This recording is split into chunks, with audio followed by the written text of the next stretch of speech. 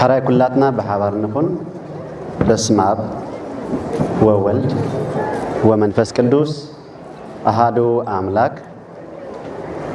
كور عم حدار بيتك سيانا ليك خنات قسيس سامويل ጸጋይ كور مرح هاجر سبكت نوس هاجر سبكت مبرق أفريقيا ليك خنات قسيس جبر هيوت تولد كورات أبوتاتي كاناتن أحواتي دياقوناتن زخبركم أبوتاتين أديتاتين أحواتين حاتين كلكم أبز قدوس سفرة نقدوس علامات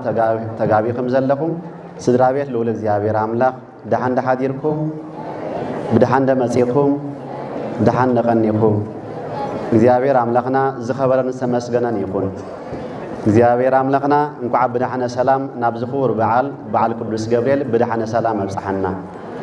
زيابير نقلاتنا بالسلام كنهلو سلازردانا بسلام تسينا نابيتو كنمصين بركات كنركبن نايجب علما تساتت تخنكون املاخنا سلازردانان سلازدغفنان ناملاخنا كبرن مسغانان يمصحيو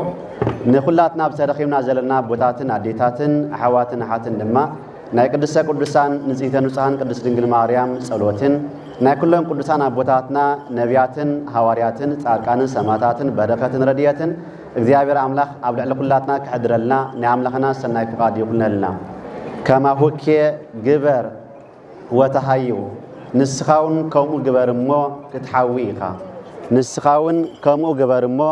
ናይ ዘለዓለም ህይወት ክትረክብ ኢኻ ወንጌል ሉቃስ ምዕራፍ 10 ቁጽሪ 28 ወንጌል ሉቃስ ምዕራፍ 10 ቁጽሪ 28 ከማሁኬ አንተ ንስኻውን ከምኡ ግበርሞ ናይ ዘለዓለም ህይወት ክትረክብ ኢኻ ዝብል ቃል ኣብ ወንጌል ሉቃስ ኣብ ምዕራፍ 10 ኣብ ቁጽሪ 28 ተጻሒፍልና ኣሎ ተዛራብ ናይቲ ቃል ኣምላኽናን መድሓኒናን ጎይታና ኢየሱስ ክርስቶስ እዩ ዝተዛረበሉ ቀንዲ ምኽንያት ድማ ንሓደ ፈሪሳዊ ንሓደ ምሕሩ ሕጊ ናብኡ ምስ መጸ ናይ ዘለዓለም ህይወት ክወርስ ይደሊ እሞ እንታይ ክገብር ኣለኒ ኢሉ ምስ ሓተቶ ክርስቶስ ኣምላኽና ድማ ንዑ ዝኸውን መልሲ ሂብዎ ኣብ ትሕጊ ሙሴ እንታይ ካተንብብ ኢልዎ ንሱ ድማ ንኣምላኽካ ብምሉእ ልብኻን ብምሉእ ሓይልኻን ብምሉእ ነፍስኻን ኣፍቅሮ ዝብል ኣንቢባ ኣለኹ ኢልዎ ንምጻይካ እውን ከም ነፍስኻ ጌርካ ኣፍቅሮ ዝብል ነቢባ ኣለኹ ኢልዎ ክርስቶስ ኣምላኽና ድማ ተሓጐሰ ደስ ድማ በሎ ስለዚ ንስኻ እውን እምበኣር ከምኡ ግበር እሞ ናይ ዘለዓለም ህይወት ድማ ክትወርስ ኢኻ ኢልዎ እቲ ቃል ንዑ ኣይጠቐሞን ንዓና ግን ይጠቕመና እዩ ንሱ ክፍትኖ ኢሉ ስለዝመጸ ንሕና ግን ብእምነት ክንሓዊ ኢልና ክንፍወስ ኢልና ጸጋን በረኸትን ካብ ኣምላኽ ክንቅበል ኢልና ስለዝመጻና እቲ ክርስቶስ ኣምላኽና ዝበሎ ቃል ንኹላትና ጠቓሚ እዩ ንኹላትና ሓጋዝን ረዳእን እዩ እሞ እግዚአብሔር ኣምላኽና ከምቲ ንሱ ዝበሎ ኮይና ክንነብርን ከምቲ ንሱ ዝበለና ኣብዚ ዓለም እዚ ክንማለስ ናይ ኣምላኽና ምሕረትን ናይ ቅድስት ድንግል ማርያም ጸሎት ንኹላትና ኣይፈለየና እዚ ዕለት እዚ በዓል ቅዱስ ገብርኤል እዩ ቅዱስ ገብርኤል እንታይ ዝገብረሉ ዕለት እዩ ኢልና እንተዳሓቲትና ቅዱስ ገብርኤል ነቶም ሰለስተ መንእሰያት ካብ እቶን ሓዊ ዘውፅኣሉ ዕለት እዩ ዓመት በዚ ኢና ነኽብሮ ዓመት ታሪኽ ናይዞም ሰለስተ መንእሰያት እውን እንዝክሮ ኢና ንመሃረሉ ኢና ኣሰሮ ምንቲ ክስዕብ ኩሉ ግዜ ክንዝክሮ ከም ዘለና ቤተክርስቲያን ስለትነግረና ኣብዚ ተመርኩስና ኩሉ ግዜ ንመሃር ኢና እሞ ሎሚ ግን ምሳ ዘላትና ግዜ ይሕፅር ኣቢልና ኢና ክንርኢ ስለዚ ቅዱስ እግዚአብሔር ኣምላኽና ንኹላትና ብናይ ቅዱስ ገብርኤል በረኸት ገይሩ ክረድኣና ሓሳብ ልብና እውን ከስምረልና ወረሲ መንግስቱ ክገብረልና ንኹላትና ሓጢኣትና ብዶም ገይሩ ክሓፅበልና ኣብ ቅዱስ ቤተክርስቲያን እውን ከንብረና ናይ ኣምላኽና ሰናይ ፍቃድ ይኹነልና እዛ መዓልቲ እዚኣ መዓልቲ ድሕነት እያ እግዚአብሔር ኣምላኽና ምሕረቱ ዝፈነወላ ንቅዱስ ገብርኤል ይኹ ድማ ነቶም ሰለስተ መንእሰያት ካብ እቶን ጉር ሓዊ ዘውፅኣላ ዕለት እያ እሞ እግዚአብሔር ንኹላትና ካብ ፈተና ካብ ጉሁር እቶን ሓዊ ካብ ጭንቀትን ካብ ወልፍን ኣይ ዝዓለም እዚያን ከናግፈናን ባዕሉ ኸውፃና ገንዘቡ ክገብረና ናይ ኣምላኽና ሰናይ ፍቓድ ይኹነልና እቶም ሰለስተ መንስያት ታሪኾም ኣብ ትንቢተ ዳንኤል ኣብ ምዕራፍ 1 ኣብ ምዕራፍ 2 ኣብ ምዕራፍ 3 ተጻሒፉ ዘሎ ንሳቶም ኣገልገልቲ ልዑል ኣምላኽ እዮም ኣብ እስራኤል እዮም ተወሊዶም ግን ኣብ እስራኤል ዓይዓበዩን ኢዮስያስ ኣብ ዝነገሰሉ ዘመን ወይ ኣብ ዘመን ኢዮስያስ ኩሎም ተማሪኾም ናብ ባቢሎን ከም ዝወረዱ ኣብ ባቢሎን ድማ ከም ዝዓበዩ ታሪኾም ይነግረና እዩ ግን ሃገሮም እኳ እንተገደፉ ንደቂ ዓዶምን ንስድራ ቤቶምን እንተገደፍዎምን ካብኣቶም እንተረሓቁን ካብ ኣምላኽ ግን ኣይረሓቁን እቲ ቀንዲ ሎሚ ኩላትና እንመሃሮ በዚ ዕለት እዚ ድማ እዚ እዩ ካብ ሃገርና እኳ እንተረሓቅና ካብ ሃገርና እኳ እንተወፃና ካብ ኣምላኽ ግን ክንርሕቅ ከምዚ የብልና ቀንዲ ብዛዕባ እዚ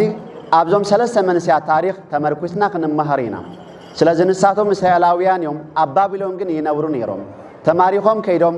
ኣብኡ እናነበሩ ከለዉ ድማ ከም ፍቓድ ኣምላኽ ይነብሩ ከም ዝነበሩ ንሰብ ንምሕጓስ ዘይኮነስ ንኣምላኽ ንምሕጓስ እውን ይፅዕሩ ከም ዝነበሩ ምስ ሰብ ዘይኮነ ዝያዳ ምስ ኣምላኽ ንምንባር ደስ ይብሎም ከም ዝነበረ ናቶም ገሊ ይነግረና እዩ ስለዚ ንሳቶም ኣገልገልቲ ልዑል ኣምላኽ እዮም ካብ ኣምላኽ ክፍለዩ ይደልዩ ኣይነበሩን ካብ ኣምላኽ ክፈልዮም ዝኽእል ብዙሕ ምኽንያታትን ብዙሕ መከራታትን ስቃያትን ነይርዎም እዩ ግን ነቲ ምኽንያትን ነቲ ስቃይን ነቲ መከራን ምስ ኣምላኽ ኮይኖም ከም ዝሓለፍዎ እዩ ትንቢተ ዳንኤል ምዕራፍ 1 ምዕራፍ 2 ምዕራፍ 3 ዝነግረና ስለዚ ንሳቶም ኣሕዋትና እዮም ንሳቶም ብፀጋ ኣቦታትና እዮም ንዓቶም ክንመስል ድማ እግዚኣብሔር ንኹላትና ኣእምሮና ይኽፈተልና ንሶም ኣብ ባቢሎን ኣብ ዘወረደሉ እዋን ብ606 ምስ ሓዎም ምስ ቤተሰቦም ምስ ነቢ ዳንኤል 4 ኮይኖም ተማሪኾም ናብ ባቢሎን ኣብ ዝኸድሉ እዋን እቲ ኣብኡ ዝነበረ ንጉስ ናቡከደነፆር ከም ዝፈተኖምን ኣብ መከራ ከም ዘወድቆምን ኣብ ምዕራፍ 3 ተጻሒፍልና ኣሎ እዩ ምስ ግዜና መንቲ ክንከይድ እዞም ሰለስተ ዓበይቲ መንስያት ኣናንያ ኣዛርያ ሚሳኤል ዝተባሃሉ ኣገልገልቲ ልዑል ኣምላኽ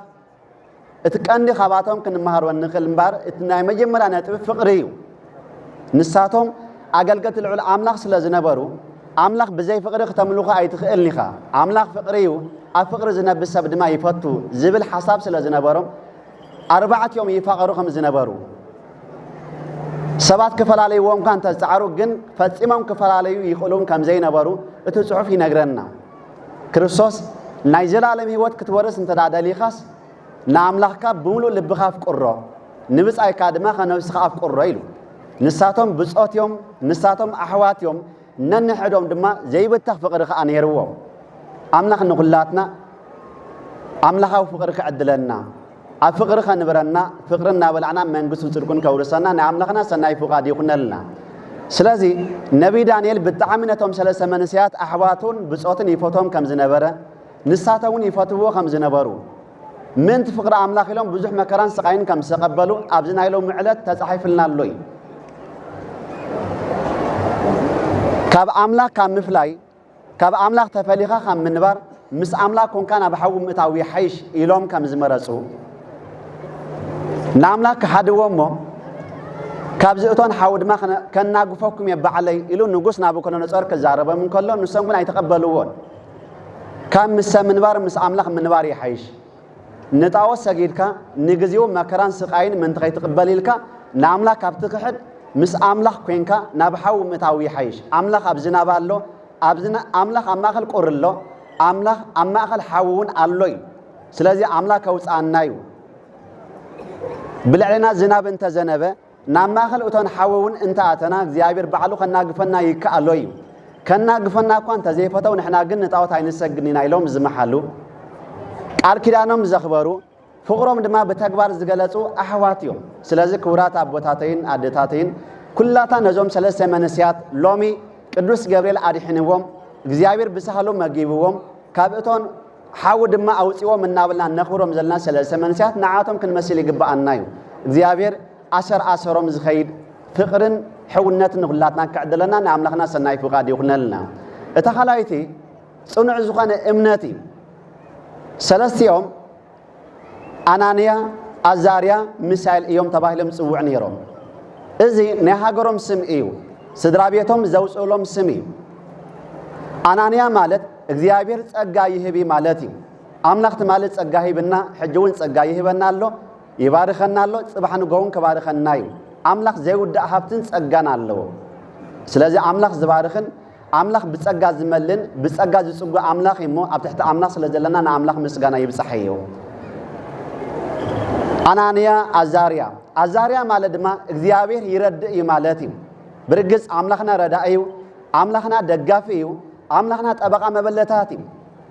سلازي تمالي رد إنايو حجوني رد أنالو صباحنا قوم كرد أنايو حالفا خلو فطور زرد إغزيابير رأيو أنانيا أزاريا ሚሳኤል ማለት ድማ መን ከም እግዚአብሔር ማለት እዩ ስለዚህ ትርጉምን ያስማቶም ንህላው እግዚአብሔር ዝገልጽ እግዚአብሔር ልዕሊ ኩሉ ምዃኑ ዝገልጽ ሉሎ ባህሪ ምዃኑ ዝገልጽ ብዓብይ ድማ ንኽብሪ እግዚአብሔር ዘዘንቱ ይነሩ ግን ተማሪኾም ምስከዱ ናብ ባቢሎን ምስ ወረዱ ምስ ዳንኤል አስማቶም ከም ዝተቀየረሎም ዳንኤል ዝብል ቃል ወይ ድማ ዳንኤል ዝብል ስም እግዚአብሔር ዳኛ እዩ እግዚአብሔር يفرد مالتي جن 4 يوم تماريخهم مسوردو كم زحجي أب هاجري قاندان نبزلنا نساتهم كا نباولون مسوردو اتهم زمارخهم سبات أسماتهم كم زغيروا لهم أب معرف حادث ترميت دانيال تسعيف اللالو ندانيال بلتأسور لهم سميمو بلتأسور مالت بيل هيوتي يدحني هيوتي يكالاخليو مالتي سلازي دانيال زبل ترقم صبغ نيرو ግን ብልጣሶር ኢሎም ካቀይሮምሉ ነጣውስ ስጋድ ቀን መባሎም ነትሽም ይom ቀይሮም ንሱ ግን አሞዳታ አይሰገደን አናንያ አዛሪያ ሚሳኤል ነዚያቶም ካ ሲድራቅ ሚሳቅ አብደናጎ እናብለም ሽም ቀይሮምሎ ሲድራቅ ሚሳቅ አብደናጎ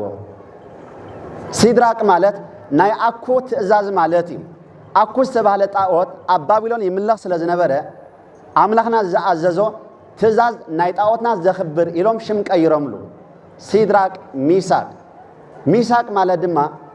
كم أكوز زبال أملاخ أبسما يكون مدري يلن مالتي نتا سألاوي ترقم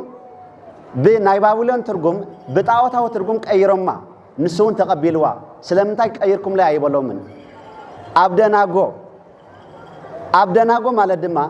ناي نيوغو ويدما ناي نيبو أملاخ مالتي نيبو ناي ورحي أملاخ ويدما نورحي زفترة نورحي زعق مالتي إذن ناتهم أمالخت إيوم زون كلهم كتوصهم سنعخو ناي بابلناويان أمالخت إيوم نتهم سلسة منسيات صبغ الشمس زنبارهم أنانيا أزاريا مسيال تباهلهم سوع زنبارو بشم طاوتكن نخلهم أسماتهم كيرم لهم سلامنتاي نزبل لما أسماتهم مسكيرنا لهم هاجرهم سلازقيرنا كاب هاجرهم كم زوج سلازقبرنا يوم هاجرهم كم زقيروا سلازقبرنا يوم أسماتهم كم زقيروا سلازقبرنا يوم بدحريو إمنتهم لما خقير يوم زبل تسفان يروم سلازي نقصنا بكنا نصر كم تأسماتكم زقير كوا كم دما إمنتهم كتكيروا علىكم كسجدوا لي علىكم كتمركوا لي علىكم كأيلوم أين سجدن هاجرنا تغيرنا إمنتنا جنا ينغيرنا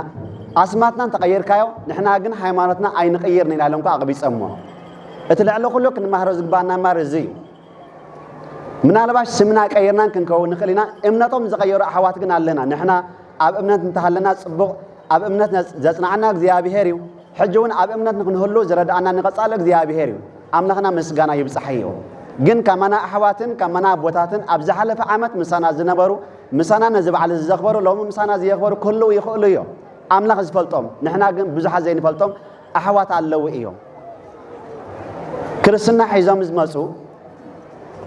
كابيرتا كريستيان كونهم زمسو جن أبز مسمسو كال إمنا زغيروا سما ما يتغيرن جن حيمانتهم استغير بزح حسابات على اللونائيهم أنت هنا أنانيان أزاريان مسائلين حجرهم كيروم دامبر أسماتهم يتغيروا دامبر إمنتهم سايلوتون سلاز أحوات أبوتات عديتات إمنتنا هيوتنا إمنت بهلا يكونن إمنت هيوتي إمنت دحناتي إمنت صدقيو صدقن دحناتن أب إمنت تدخل خاطر يزركا هاجر سلاز غيركا سمكا سلاز غيركا بتمتن بحيلن لعل كله سلاز غانكا صدق يركبني صدقي بفقري صدقي بإمنت صدقي عم كران أبسخاي يمكن كان عملك مستخبر كايز يركب مو أبو تابين أبيتابين كلنا كريستيان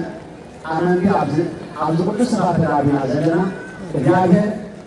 سبعون كان كذا يدلني مننا نقيوين عيدالين أسمعنا خلوت منالباش بنوزح مكان أسمعنا قام تلوتنا إننا حمارنا نقيوين جابر عيدالين سلي زوم سلسة من السيارات حيواناتهم سلسة وقتوا ونجابر نهرتوا كان زفن ولهم